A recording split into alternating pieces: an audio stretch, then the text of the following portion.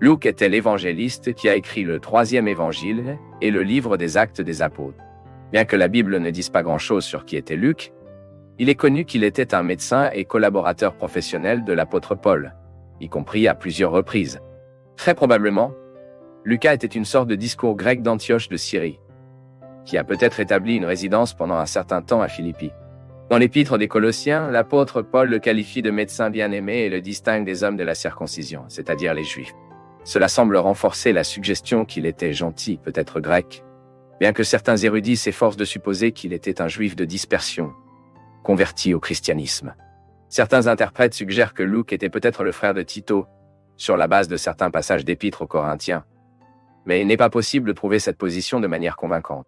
Il y a beaucoup de théories autour de qui était Luc, même certains qui semblent être quelque peu fantaisistes. Le plus connu d'eux dit que Lucas était un esclave de Théophilus, qu'il a cité dans ses œuvres, et que cet homme a reconnu la grande capacité intellectuelle de Luc et a parrainé ses études. Ainsi, Théophilo se serait inscrit à l'école de médecine de l'université de Tarse, où il aurait rencontré Paulo de Tarso. Selon cette théorie, leur amitié aurait commencé là-bas, et la conversion ultérieure de Paul a également conduit Lucas à la conversion. Malgré tout cela, les informations vraiment fiables à ce sujet sont celles trouvées dans la Bible. C'est à travers vos œuvres qu'il est possible de comprendre un peu votre biographie. Lucas était une personne cultivée et éduquée, chercheuse et historienne extrêmement disciplinée et détaillée en tant qu'écrivain. À plusieurs reprises dans le livre des Actes, Luc est un témoin oculaire des événements racontés là-bas, en particulier en tant que compagnon très proche de l'apôtre Paul. En plus du passage des Colossiens, que Paul l'appelle un médecin bien-aimé, l'apôtre mentionne également Lucas quand il a écrit à Philémon, soulignant une fois de plus qu'il était l'un de ses grands co-travailleurs. Lorsque Paul a écrit ces 2 lettres, il était en prison et correspondait au rapport des 2 derniers chapitres du livre des Actes. Il est possible de conclure que Luc était l'un de ses compagnons, tous 2 lors du difficile voyage où il a fait face à une épave, et son séjour à Rome. Il n'est pas exagéré d'imaginer que Lucas, en tant que médecin et missionnaire fidèle de Paul, l'a également soutenu non seulement en tant qu'ami et frère en Christ, mais aussi en tant que médecin dans ses afflictions physiques. Lucas suivait également l'apôtre au moment de sa 2e prison à Rome, déjà proche de son martyre. Car quand Paul a écrit à Timothée, il a souligné que seul Lucas était avec lui. Par conséquent, comme on ne sait pas si Timothée a réussi à arriver à temps avant que Paul ne soit martyrisé, Lucas peut être le seul à vous accompagner dans vos derniers jours de vie.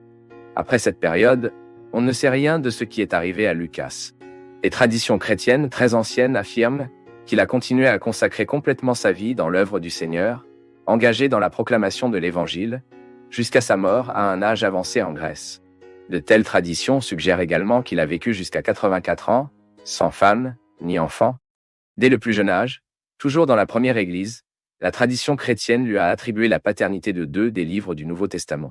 Si Lucas était vraiment une sorte, alors il a peut-être été le seul à avoir été jugé à écrire un livre dans le Nouveau Testament, bien qu'il ne sache pas non plus qui a écrit la lettre aux Hébreux.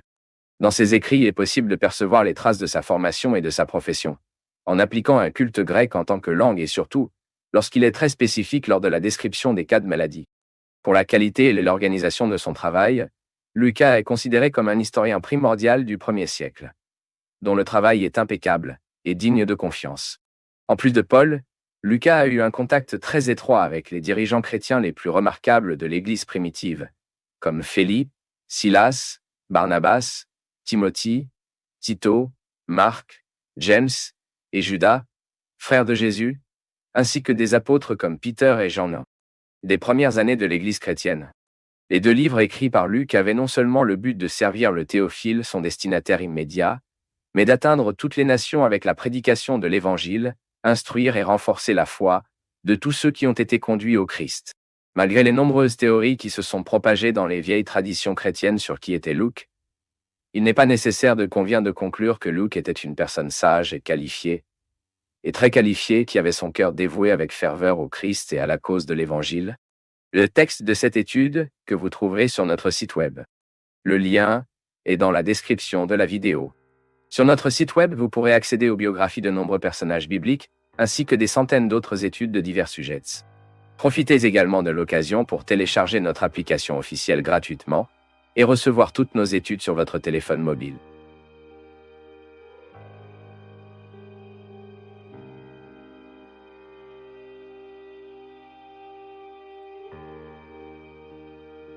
C'est un grand plaisir pour nous tous du Path of Faith d'être avec vous en ce moment.